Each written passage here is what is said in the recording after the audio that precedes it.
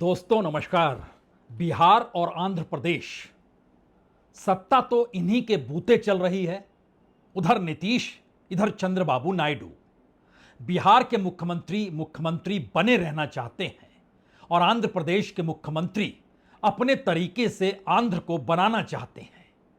यानी पैसा खूब चाहिए, लेकिन दूसरी तरफ बिहार में पैसा नहीं चाहिए, सत्ता हमेशा चाहिए। और शायद यही दो परिस्थितियां हैं जिनके बीच विपक्ष को लगते रहता है कि पता नहीं आज नहीं कल दोनों में से कोई तो समझ जाएगा कि दरअसल इस देश का बंटाधार हो गया है और कोई समर्थन वापस ले ले, उसके बाद परिस्थितियां बन जाएंगी। लेकिन ऐसा होगा नहीं, क्योंकि बिहार अगर लूट की जगह बन चुकी है तो आंध्र प्रदेश एक छूट की जगह बन चुकी है। एक ऐसी परिस्थिति है चंद्रबाबू नायडू के सामने जहां पर उन्हें सिर्फ और सिर्फ आरबीआई का साथ चाहिए। नोट छपते रहें, फाइनेंस मिनिस्ट्री मुहर लगाते रहे। और इन सब के बीच जब से टैरिफ की लड़ाई शुरू हुई है तब से यह भी सवाल है कि कॉमर्स मिनिस्टर पीयूष गोयल भी अपनी सहमति देते हुए चले जाएं और एक के बाद एक फेरिस्त संकट का जो चंद्रबाबू नायडू बताएंगे उसकी पूर्ति केंद्र को करनी होगी। ये तमाम सवाल इस दौर में बड़े हैं, बहुत बड़े हैं। इसलिए भी कहीं ज्यादा बड़े हैं क्योंकि अमेरिका के साथ टैरिफ वार अगर डगमगा गया तो मोदी सरकार ने चीन का रास्ता पकड़ लिया, रूस के साथ गठबंधन और मजबूत कर लिया, नए नए देशों की खोज में वह निकल पड़ी।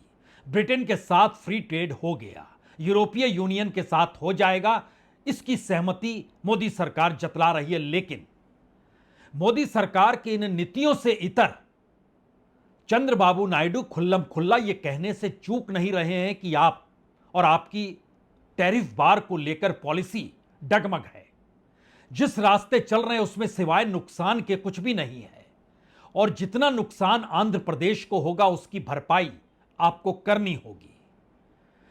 नया आंकड़ा 25,000 करोड़ का है।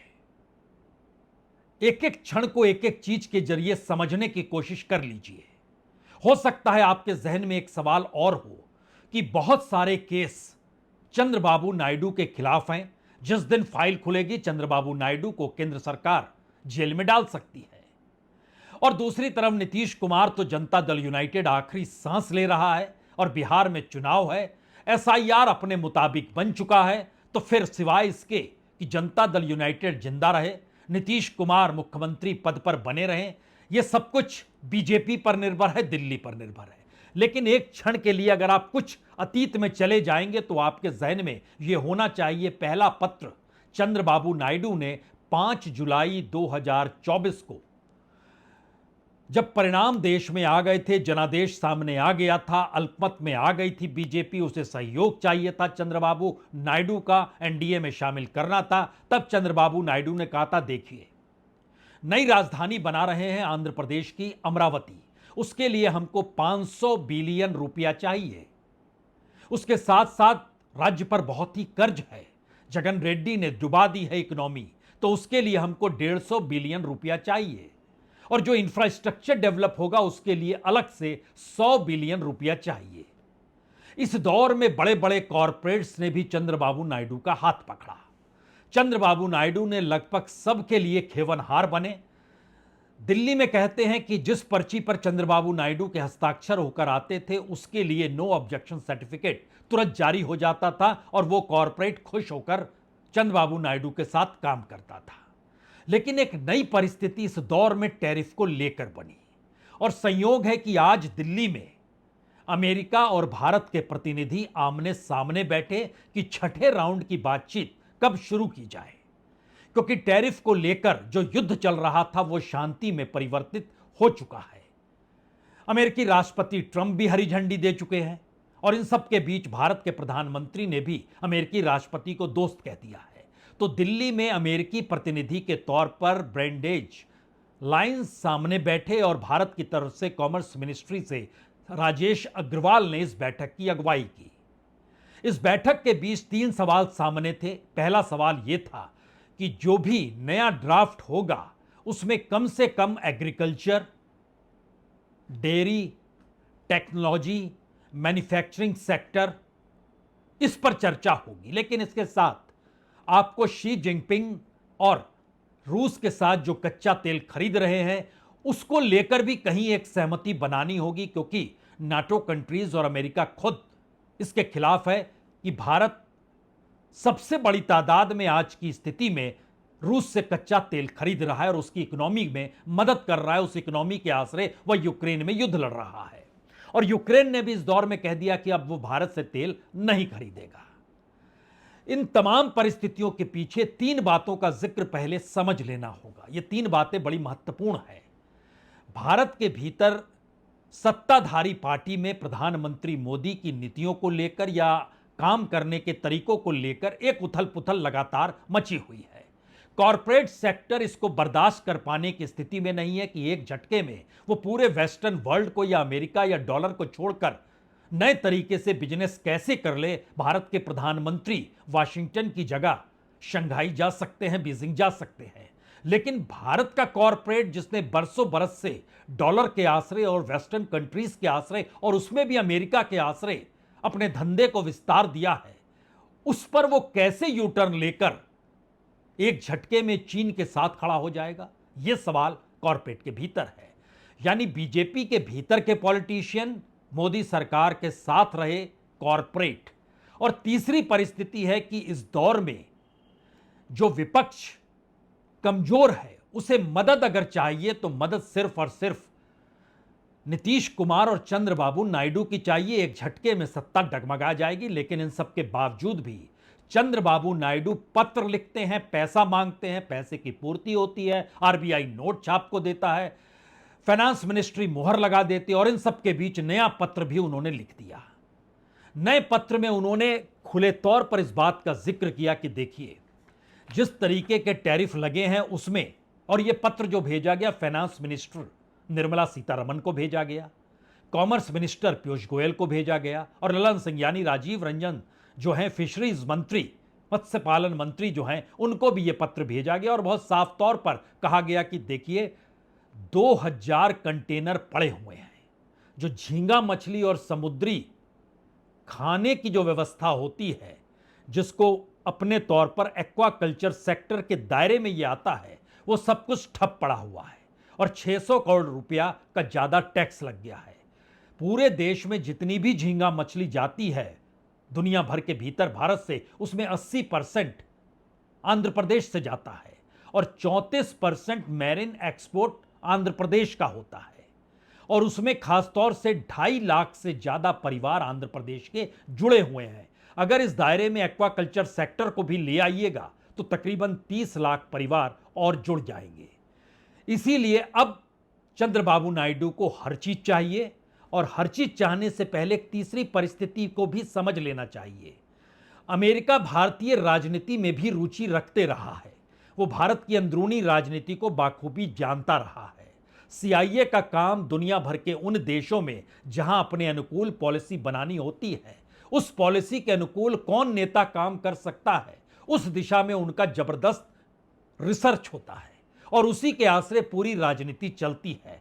चंद्रबाबू नायडू अमेरिकी टैरिफ के हिमायती हैं, अमेरिकी बिजनेस के हिमायती हैं और इस दौर में एक सच यह भी है कि भारत का 2 बिलियन से ज्यादा डॉलर एक्सपोर्ट इस दौर में कम हो गया सिर्फ जुलाई और अगस्त के महीने में, जो कि 3 बिलियन डॉलर और कम होने की स्थिति में सितंबर अक्टूबर में माना जा रहा है, क्योंकि इसके बाद जो फेस्टिवल सीजन शुरू होता है वो अक्टूबर के बाद से शुरू हो जाता है और उसमें मैक्सिमम एक्सपोर्ट भारत की तरफ से जो अमेरिका में होता है वो रुक गया तो एक झटके में एक्सपोर्टर्स के सामने मुश्किल आएगी। वो किसी भी क्षेत्र के हो सकते हैं, टेक्सटाइल क्षेत्र के हो सकते हैं, टेक्नोलॉजी से जुड़े हुए हो सकते हैं, वह डायमंड से जुड़े हुए हो सकते हैं, अलग अलग गहनों से जुड़े हुए हो सकते हैं, सब पे असर पड़ेगा। लेकिन भारत के भीतर चेक एंड बैलेंस टैरिफ वार को लेकर कर पाने की स्थिति में अगर कोई मुख्यमंत्री कतार में है तो पहले नंबर पर चंद्रबाबू नायडू है, दूसरे नंबर पर इस दौर में देवेंद्र फडणवीस है, तीसरे नंबर पर इस दौर में स्टालिन है। और पिछले दिनों स्टालिन जब सुप्रीम कोर्ट के जजेस को और हाई कोर्ट के जजेस को संबोधित कर रहे थे तो बोलते बोलते यह भी कह गए, इंतजार कीजिए, दिल्ली की सत्ता अल्पमत में है, 240 सीटों के आसरे है, उन्हें चंद्रबाबू नायडू और नीतीश कुमार का समर्थन है। पता नहीं कब आज नहीं कल गिर जाए। दरअसल यह लड़ाई पॉलिटिकल से ज्यादा कॉरपोरेट और कॉरपोरेट से ज्यादा उस डॉलर और पूंजी की हो चली है जिसके आश्रय भारत में बिजनेस होता है, धंधा होता है। और चंद्रबाबू नायडू की एक अपनी पहचान रही है कि वो अपने राज्य में उस कॉरपोरेट, उस बिजनेसमैन, उस इंडस्ट्रियलिस्ट को बाखूबी जानते समझते हैं जिसके आश्रय राज्य की इकोनॉमी और पॉलिटिकल इकोनॉमी दोनों मजबूत होती चली जाए। लेकिन यहां पर एक सबसे बड़ा पेंच है। सबसे बड़ा पेंच यह है कि अगर जिस प्रोडक्ट को लेकर दिल्ली को लेटर लिखा गया यह कहकर कि हमको 25,000 करोड़ का घाटा है, आप उसकी पूर्ति कीजिए, उस झींगा मछली और समुद्री भोजन को लेकर अमेरिका के भीतर बकायदा जिन बातों का जिक्र वहां के हेल्थ सेक्रेटरी रॉबर्ट कैनेडी ने किया वो चिंताजनक हर किसी के लिए हो सकता है। उन्होंने बहुत साफ तौर पर कहा कि देखिए, जो साउथ एशिया की कंट्री और उसमें खास तौर से जो इंडिया है, वहां से जो झींगा आता है वो हैवली कॉन्टिनेटेड होता है, उसमें बड़ी तादाद में वो अच्छा माल होता नहीं है। ये अमेरिका में डंप कर रहे हैं और इससे अमेरिका के भीतर का जो समुद्री मछलियों का जो पूरा मामला और झींगा का जो मामला है वह शटडाउन ना हो जाए, वो बंद ना हो जाए। और एक बैठक में उन्होंने खुले तौर पर कहा, हमें लगता है उसको पहले आपको सुनना चाहिए। We are now, the South Asian nations are now dumping shrimp on our country. The shrimp is heavily contaminated. We just stopped a shipment that was contaminated with cesium-157, which is radioactive.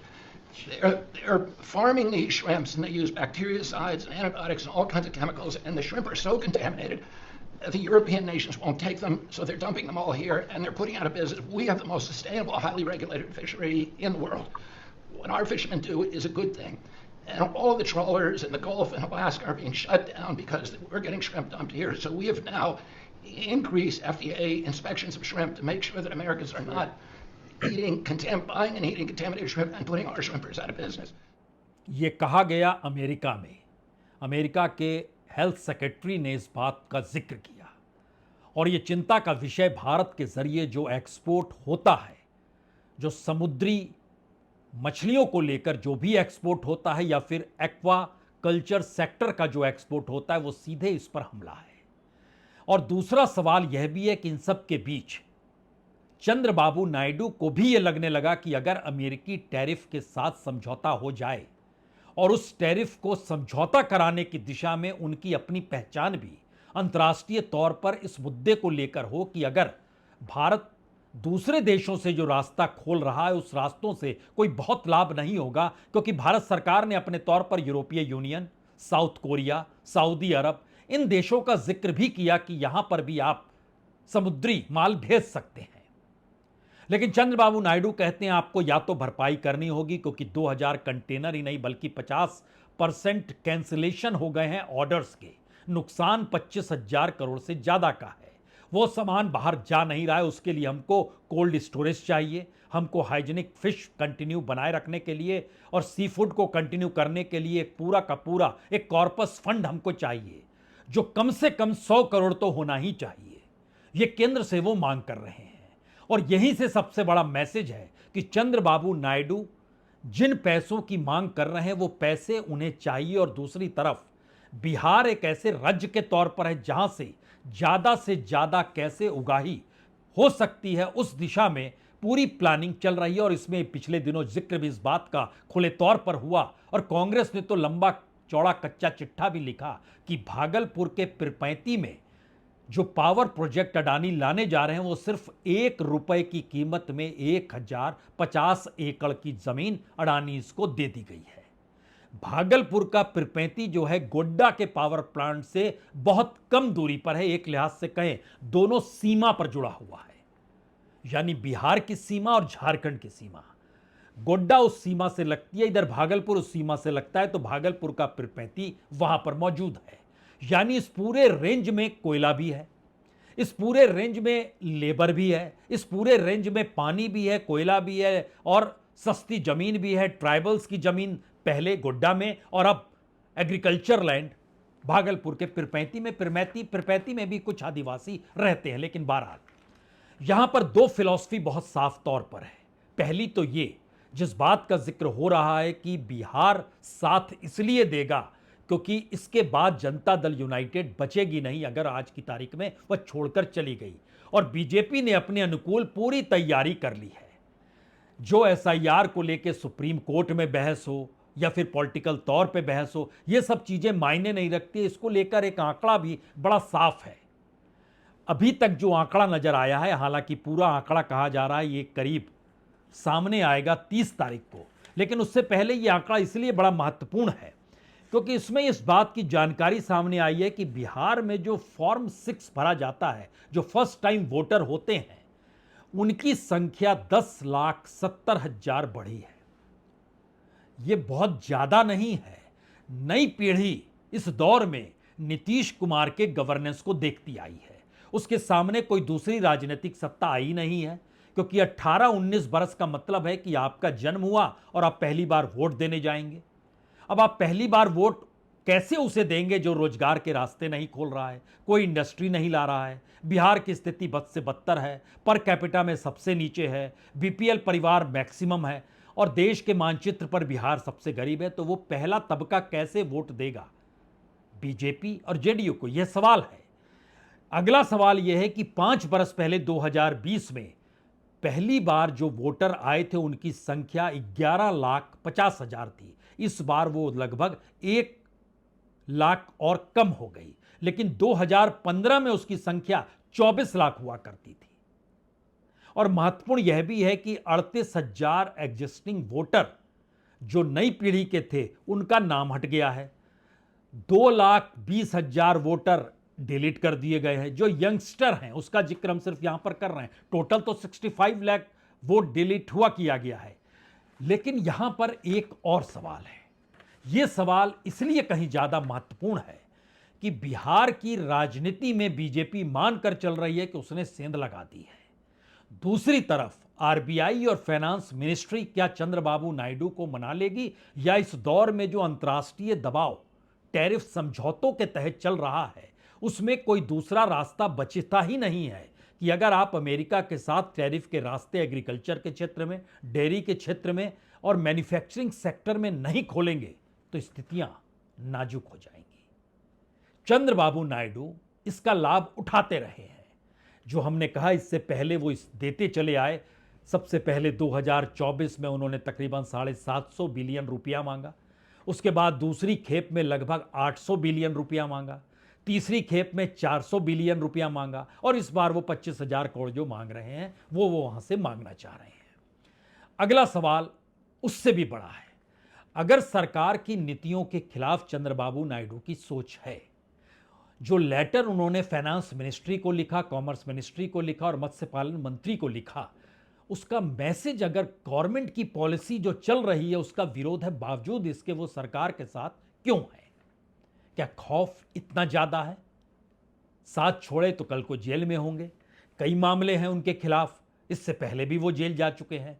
उस समय जगन रेड्डी के साथ BJP की अच्छी चल रही थी। बाद में जगन रेड्डी से 36 का आंकड़ा या फिर लोकप्रियता चंद्रबाबू नायडू की बीजेपी को दिखाई दी तो वो शिफ्ट हो गई।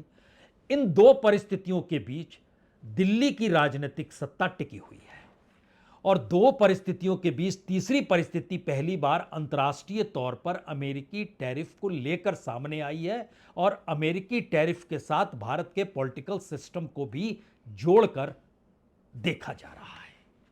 यह परिस्थिति इससे पहले कभी नहीं थी और कभी नहीं इसलिए थी क्योंकि भारत के भीतर फॉरेन डायरेक्ट इन्वेस्टमेंट आज की तारीख में जितना कम हो गया है इतना कम कभी नहीं था। अप्रैल, मई, जून, जुलाई, अगस्त, इन महीनों में अगर फॉरेन इन्वेस्टमेंट 100 रुपया 2024 में आया तो आज की तारीख में वो घटकर 18 रुपए में आकर खड़ा हो गया है। ये व्यापक अंतर एफडीआई में आ गया है। दूसरा सवाल शेयर बाजार के भीतर एफआईआईज जिस तेजी के साथ पैसा लगातार निकाल रहे हैं और डोमेस्टिक इंस्टीट्यूशन के आश्रय ही शेयर बाजार को जब बचाया गया है, उसमें सिर्फ एक कल्पना यह कर लीजिए कि जैसे ही यह जानकारी पहुंचती है कि भारत और अमेरिकी अधिकारियों की बातचीत दिल्ली में शुरू हो गई है और एक सहमति है कि छठे राउंड की बातचीत अब अगले महीने से शुरू होगी। उसको लेकर शेयर बाजार में एक झटके में उत्साह जाता है और उन सेक्टर्स में उत्साह आता है जिन सेक्टर्स के भीतर टैरिफ बढ़ने के बाद जो संकट था, वो डायमंड का सेक्टर था, वो टेक्सटाइल का था, वो झींगा मछली से जुड़ी कंपनियां या एक्वा सेंटर को, एक्वाकल्चर सेक्टर को लेकर भी आप कह सकते हैं। और बड़ी बात तो यह भी है कि ऑयल फील्ड को लेकर भी उस जगह पर भी शेयर बाजार नीचे नहीं जाता है जैसे ये खबर आती है कि बातचीत शुरू हो गई। यानी भारत की इकोनॉमी के ऊपर कहीं ना कहीं अभी तक जो एक बड़ा प्रभाव अमेरिकी इंस्टीट्यूशंस का रहा है या अमेरिकी इंस्टीट्यूशन के जरिए वेस्टर्न इंस्टीट्यूशंस का रहा है, और जो पैसा लगातार आ रहा है अमेरिका के साथ टैरिफ डिरेल्ड होने से अगर वो डगमगाया है तो स्थितियां नाजुक किस रूप में हुई है, यह सिर्फ चंद्रबाबू नायडू के 30 लाख से ज्यादा रोजगार छिनने भर का आंकड़ा नहीं है। इस देश के भीतर उससे प्रभावित करोड़ों लोग हैं।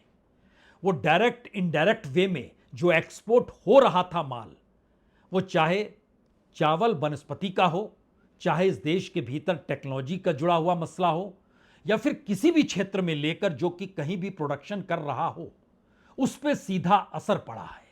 और जिन राज्यों में है उसका असर है, वो तमिलनाडु है, वो कर्नाटक है, वो आंध्र प्रदेश है, वो उत्तर प्रदेश भी है। ये प्रभाव राजनीतिक तौर पर पहली बार सिर्फ चंद्रबाबू नायडू के लेटर भर का सवाल नहीं है, यह उस अमेरिकी कूटनीति का भी हिस्सा है जो भारत की देसी राजनीति को भी समझते हुए एक प्रेशर अंदर से बनाने की कोशिश लगातार करती है कि आप नहीं तो किसी और को हम ले आएंगे। और यह मैसेज दिल्ली की सत्ता के सामने भी खड़ा है, और यह उसके लिए चेतावनी भी है और चुनौती भी है और इम्तिहान भी है। शायद इसीलिए यह महज चंद्रबाबू का भेजा गया एक प्रेम पत्र नहीं है जिसमें आरबीआई को पैसा देना है, फाइनेंस मिनिस्टर और कॉमर्स मिनिस्ट्री को मोहर लगानी है। यह उससे आगे की परिस्थिति है जो आने वाले वक्त में भारत की अंदरूनी राजनीति में भी उथल पुथल मचा सकती है। बहुत बहुत शुक्रिया, बहुत बहुत शुक्रिया।